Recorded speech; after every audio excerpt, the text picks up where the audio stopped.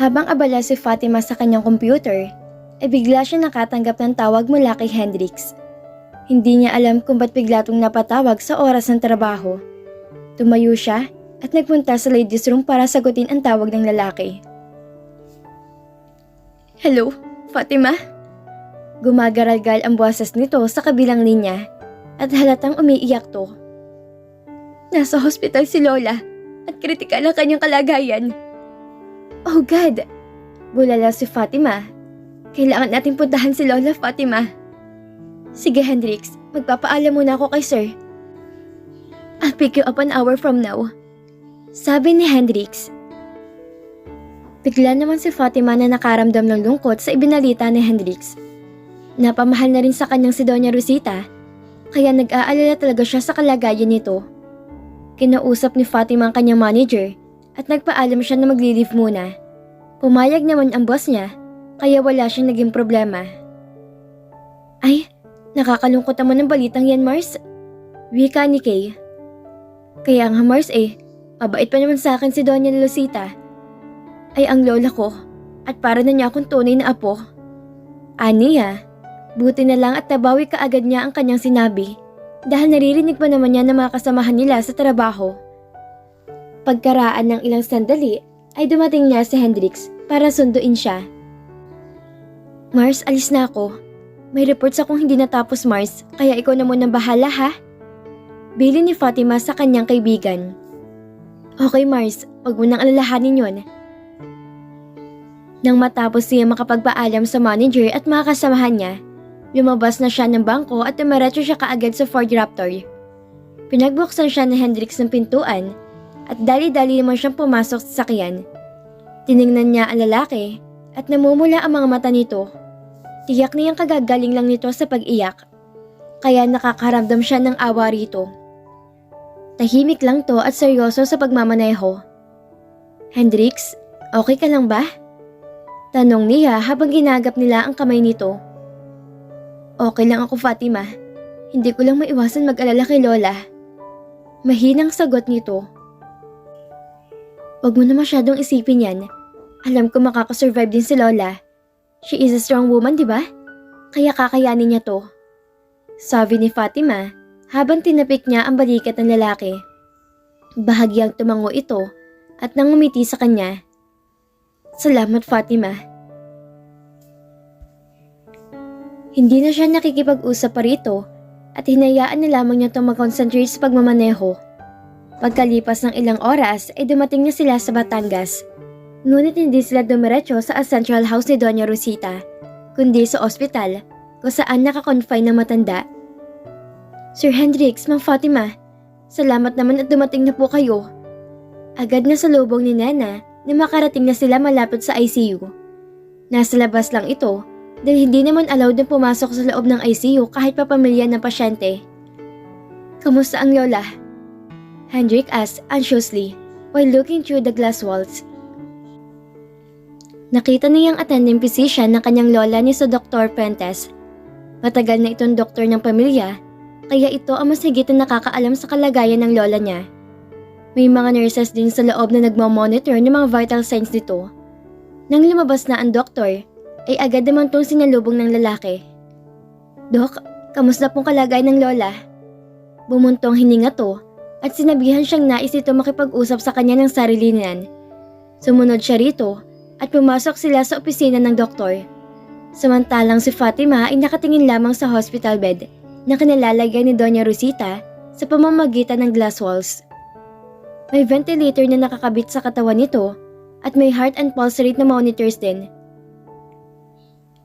Ma'am, panay pong hanap ni Doña Rosita sa inyo kanina.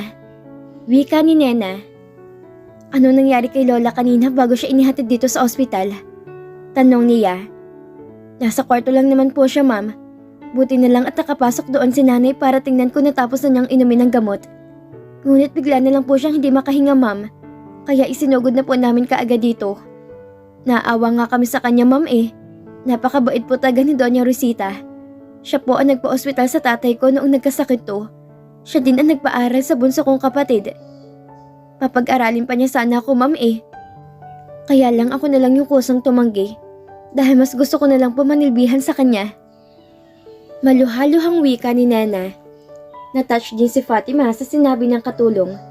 Dahil totoo namang mabait ang lola ni Hendrix. Trinato siya nito na maayos kahit mahirap lang siya at tinanggap ng buong buo bilang maging parte ng pamilya. Kahit kunyari lang naman ang lahat. Pero masaya pa rin siya dahil minahal siya na matanda at itinuring na parang tunay na apo. La, tumaban po kayo. Kailangan pa po kayo ni Hendrix. Mahinang usal ni Fatima habang tinatanong niyang hospital bed na kinaroroonan ni Doña Rosita. Namalaya na lamang niyang nabasanan ng luha ang kanyang mga pisngi dahil hindi niya maiwasang hindi makaramdam ng awa sa kalagayan ng matanda. Pagkaraan ng ilang minuto ay lumabas na si Hendrix mula sa opisina ng doktor. Namumula na naman ang mga mata nito kaya natitiyak niyang galing niya naman to sa pag-iyak. Pagkatapos ay umupo ang lalaki sa mahabang upuan habang nakasubsob ang mukha nito. Hendrix, are you okay? Tanong niya. Hindi sumagot ang lalaki at umingos lamang to. Bigla siyang kinabahan dahil tiyak niyang may hindi magandang sinabi ang doktor tungkol sa kalagayan ni Doña Rosita. Maya-maya, nagkakagulo na naman ang mga nurses sa loob ng ICU habang mabilis namang pumasok si Dr. Fuentes. Sabay silang tumayo na Hendrix upang tingnan ang kalagayan ng lola nito. Mula sa dingding na salamin ay malinaw na nakikita niya na ang unti-unting pababa ng heart rate ni Doña Rosita. Pati na rin ang blood pressure nito hanggang sa gumagamit na ng defibrillator para ma-revive ang pasyente. Hinawakan ni Fatima ang kamay ni Hendrix, ngunit tahimik lang to habang nakatingin sa kanyang lolang nag-aagaw buhay. Unfortunately, the heart monitor shows flatline and Dr. shook his head in distress. God no! Malakas sa sigaw ni Hendrix, sabay na matinding emosyong lumukob sa buo nitong pagkatao. Napalakas na rin ang iyak ng katulong na si Nena. Nagpupumilit ang lalaki na pumasok sa loob ng ICU at patakbong lumapit sa hospital bed na kinaroroonan ng kanyang lola. Lola, please don't leave me! Please! I'm sorry for your loss, Hendrix. Wika ng doktor, pagkatapos ilumabas to ng ICU.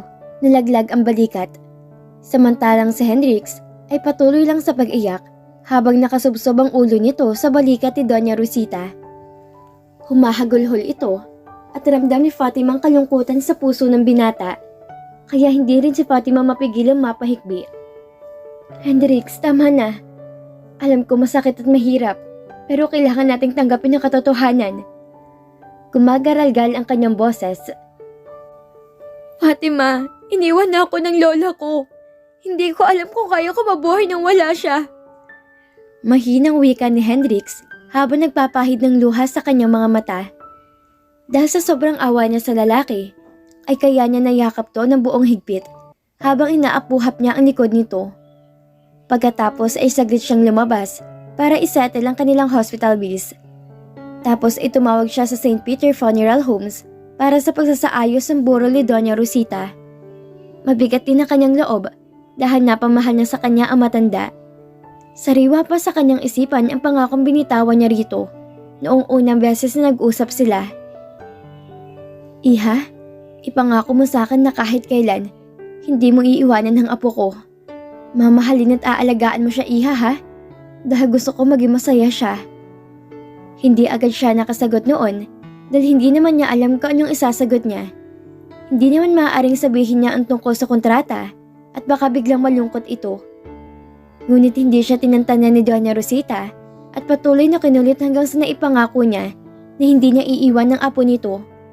Kahit alam naman niya na hindi taga matutupad ang pangako niyang yon dahil kapag natapos ng kontrata ay may iwan talaga niya ang lalaki. Nakaramdam si Fatima ng labis na kalungkutan. Nasaktan siya sa pagpanaw ng lola ni Hendrix at nasaktan siya dahil kailanman hindi niya mapanindigan ng pinangako niya rito. Lalo na ngayong 2 buwan na lang ay matatapos na ang kontrata. Maya't may dumating na ang taga St. Peter para kunin ang mga labi na matanda, habang sa Hendrix naman ay nanatili lang tahimik na nakaupo sa mahabang upuan sa labas ng ICU. Hendrix, Uwi na muna tayo sa bahay at para makapagpahinga ka na rin. Tinawagan ko na si Mang Kanor at siya na lang muna magdadrive natin papunta sa Central House. Napakabigat ng mga hakbang nito habang papalabas sila ng ospital. At kahit noong nasa loob sila ng sasakyan, ay nanatili pa ring tulala ang lalaki. Tahimik lang ito habang inililibang ang paningin sa labas ng bintana. May pagkakataong bigla tong umingos pagkatapos ay bumuntong hininga. Babe, tama na yan. Baka kumapano ka. Haniya, hindi ni Fatima alam at bigla na lang dumula sa bibig niya ang endearment na yon. Depensa naman ng kanyang isip. Kasi may ibang mga tao nakakarinig. Kasama nila si Nena at ang tatay nitong si Mang Kanor na siya nagmamaneho ng sasakyan. Pagkaraan ng ilang minuto, ay nakarating na sila sa Central House. Napakatahimik ng paligid ng bahay at nang pumasok na sila ng gate, ay agad silang sinalubong ng mga katulong. Emosyonal ang mga ito habang pinaabot ang kanilang pakikiramay. Si Aling Sepa naman ay hindi mapigilang mapahagulhol dahil matagal na rin siyang nanilbihan kay Doña Rosita at napamahal na to sa kanya. Dahil sa labis na kalungkutan, niyakap nito si Hendrix habang patuloy ito sa pag-iyak. Muli na namang naging emosyonal ang binata at pati na rin siya ituloy nang nadala sa tindi ng kalungkutang nararamdaman ng lahat ng tao. Patuloy pa rin ang pagluluksa ni Hendrix dahil sa pagpanaw ng kanyang lola. 2 linggo na itong nakaburol sa kanilang Central House dahil hinihintay pa nilang iba pa nilang kamag-anak mula sa ibang bansa. Kaya sa tuwing nakikita niyang kabaong nito, ay paulit-ulit din siyang nasasaktan. Napakasakit para sa kanya ang maiwan ng isang taong nag-aruga, nag-alaga at walang sawang nagmahal sa kanya simula pagkabata niya hanggang ngayon. At kahit na malaki na siya, ay ang kapakanan at kaligayahan pa rin niyang tanging nasa isip nito. His life will never be the same again without his lola, and he will forever miss her. Samantalang si Fatima naman ay alalang-alala na rin kay Hendrix dahil ilang gabi na tong hindi nakatulog. Nakaupo lang to malapit sa kabaong ng kanyang lola habang ang mga siko ay nakapatong sa mga hita nito at ang ulo nito nakasubsob sa kanyang mga palad. Hindi naman niya kayang iwanan to kaya nagpaalam na lamang siya sa kanyang boss na magli-leave muna siya ng 2 linggo. Kailangan ng damayan ng lalaki sa pagdadalamhati nito. At kahit hindi mabuting pagtrato ng ina ni Hendrix sa kanya, ay hindi na niya pinansin yon. Napamahal na rin naman sa kanya ang matanda at hindi niya makalimutan ang kagandahang loob nito sa kanya. Bukas ay ihahatid nito sa kanyang huling hantungan at alam niyang napakasakit to para sa mga maiiwang mahal sa buhay. Hendrix, magpahinga ka muna. Ako na lang munang bahala rito. Aniya. Okay lang ako, Fatima. Baka ikaw napapagod ka na. Ikaw na lang muna magpahinga. Mahinang tugon nito. Okay lang ako, Hendrix. At dahil ngayon ang huling lamay ni Doña Rosita, napupuno ng mga taong Central House at may iba pang napagsipagdatingan kasamang dumating ang kaibigan niyang si Kay at ang baklang si Georgia. Mayat may dumating na rin sina Leandro at Zaza. Madamdaming niyakap ni Zaza si Hendrix at sumunod namang nakiramay ang kaibigan nitong si Leandro. Bro, I'm sorry for your loss. My deepest sympathy. Sabi nito. Hendrix, nakikiramay ako. Wika ni Kay. Thank you. Mahinang sagot ng lalaki. Akala ni Fatima ay wala nang dadagdag pa sa problema. Ngunit nang biglang sumulpot ang burahang si Jewel, ay agad na kumulo ang dugo niya sa batok. Lalo na, noong yakapin nito si Hendrix bilang pagpapakita ng pakikiramay daw. Pero pilit niyang pinakalma ang kanyang sarili dahil sa malaking respeto niya sa burol ni Doña Rosita. Ngunit nung bigla tong umupo sa tabi ni Hendrix, ay mas lalo siyang naimbyar na. Ano kayang ibig palabasin ng bruhang to? Tanong ni Fatima sa kanyang sarili. Kung pwede nga lang sanang pauwiin na niya to, pero ayaw din naman niya maging bastos. Kaya aakyat na lang muna siya sa taas at baka hindi siya makapagpigil. Babe, aakyat na lang muna ako saglit ha. Medyo sumama kasing pakiramdam ko eh. Pagsisinungaling ni Fatima. Ngunit biglang hinawakan ni Hendrix ang kamay niya at tumayo ito. Sabay na tayo. Hindi rin siya makapaniwalang sasabay ang lalaki sa kanya. Pero mas mabuti na rin para makaiwas to sa malanding babaeng yon. Nang makarating na sila sa kwarto, ay agad niya sumalampak si Hendrik sa higaan. Alam ni Fatima na pagod to, kaya hinayaan niyang makatulog to kahit saglit lang. Tabihan mo ko, Fatima, please. Masuyong wika ni Hendrix. Parang hinaplos naman ang puso ni Fatima dahil sa kanyang narinig. Alam niyang kailangan nito na makakasama at makakausap, kaya hindi niya to maaaring iwan. Tumabi siya rito, ngunit nang kunin nito ang ulo niya para ipatong sa kanya mga braso, ay agad naman siyang nakukuryente. Nagpaubaya na lang siya dahil alam naman niya kung anong pinagdadaanan ng lalaki. Hanggang sa pareho silang nakatulog. Nagising si Fatima nang maramdaman niyang wala na sa tabi niya si Hendrix. Tiningnan niya ang kanyang orasan at 5:00 na pala ng umaga. Dali-dali siyang bumangon at naghilamos. Nakatulog pala talaga siya ng mahaba-habang oras. Dahil ilang gabi rin na hindi siya nakatulog na maayos at dahil sa sobrang kapaguran niya, hindi tuloy siya nakapagpalit ng damit. Medyo lagkit na nga ang katawan niya at sumasakit pa ang kanyang ulo kasi unang-una, hindi naman siya sanay na napupuyat. Dali-dali niyang kinuha ang tuwalya at pumasok ng banyo para mag-half bath. Pagkatapos nagpalit siya ng damit at saka bumaba pa sa unang palapag. Hinanap ng kanyang paningin si Hendrix, ngunit wala to roon sa kinauupuan ni Zaza at Leandro. Si Hendrix bang hinahanap mo, Fatima? Tanong ni Zaza. Nandito yun kanina, pero biglang nawala at hindi namin napansin. Wika naman ni Leandro. Saglit na nag-isip si Fatima kung saan kaya maaaring pumunta ang lalaki. Bigla naman siyang nakaramdam ng kaba at hinanap agad niya si Jewel. Kasi baka ipinilig niya ang kanyang ulo. Ayun niyang isipin na may mga bagay na to. Isa pa, wala din naman siyang karapatan kay Hendrix kung tutuusin. Dahil wala naman silang relasyon. Pero bakit parang nagseselo siya? Belta na kanyang isip. Inilibot niya ang kanyang paningin, ngunit hindi rin niya mahanap ang babae. Maya-maya, nakita niya tong palalabas mula sa kwarto ni Doña Rosita. Nag-iwas siya ng tingin at baka makahalata ito. Hoy Mars, anong iniisip mo? Wika ni Kay na ikinabigla naman niya. Hindi kasi niya napansin na nasa likuran pala niya to. Nakakagulat ka naman, Mars. Saglit lang ha, at hahanapin ko muna si Hendrix. Aniya, at pagkatapos sinungo niya ang kwarto ni Doña Rosita dahil tiyak nilang nasa loob ang lalaki. Nang makarating na siya sa may pintuan, ay dahan-dahan niyang pinihit ang doorknob at pumasok siya. Hindi nga siya nagkamali. Narito ang hinahanap niya at nakaupo to sa kama. Alam niyang umiiyak na naman to habang tiningnan ang picture frame ng kanyang lola. Hendrix, are you okay? Tanong niya na makalapit na siya rito. Parang hindi naman siya narinig niya lalaki kaya tumabi na lamang siya at inalo niya to. Hendrix, tama na, please. Nagsimula na ring tumulo ang kanyang mga luha. Wala na ang lola ko, Fatima. Iniwan na niya ako. Madamdaming sambit nito. Hendrix, makinig ka sa akin ha. Alam kong masakit, pero kailangan nating tanggapin. Pinagpahinga na ng Panginoon ang lola mo dahil ayaw na niya itong mahirapan pa. Hindi naman mawawala si lola sa atin eh. Mananatili siya sa puso natin magpakailanman. For now, kailangan mo munang kumain dahil kagabi ka pang walang laman ng tiyan mo.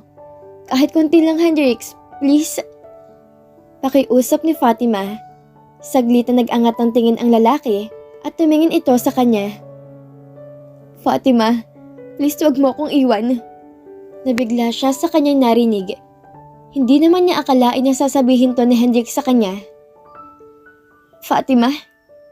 Yes, andito lang ako at hindi kita iiwan. Sagot niya at galing sa puso yon. Nagyakapan silang dalawa at pagkatapos, sabay silang lumabas ng kwarto at dumiretso sa kusina.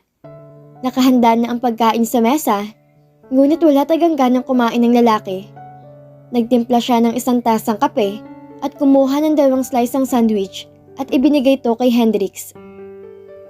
Buti na lang at kahit konti lang ininom nito at kinain na tinapay, Kahit papani nagkalaman rin ang tiyan nito. 10:00 na ng umaga ng interment ni Doña Rosita. 30 minuto pa lang, bago ang oras, ay handa na ang lahat na sama-sama sa paghatid sa sementeryo. Bumuhos ang matinding emosyon mula sa mga kamag-anak, kaibigan, at katulong ng namayapang matanda. Lalo na, nabuhati na ang kabaong nito. Silang dalawa ni Hendrix ang kasamang sumakay sa forlon papunta sa sementeryo. Hindi na nila to idinaan sa simbahan dahil iyon ang bili ni Doña Rosita noon na kapag nawala raw to, hindi na idadaan pa sa simbahan ng mga labi nito para hindi nagaanyong malungkot ang kanyang apo. Pagkaraan ng ilang minuto ay nakarating na sila sa Mount Zion Memorial Cemetery. Muli na namang bumuhos ang matinding emosyon na masulyapan sa huling pagkakataon si Doña Rosita. Niyakap lang siya ni Hendrix habang walang patid naman ang pag-agos ng kanyang mga luha. Nasa tabi naman niya si Zaza at inapuhap nito ang likod niya. La, rest in peace until we met again. Madamdaming usal ni Hendrix habang unti-unti nang ibinaba ang kabaong. Lola, marami pong salamat.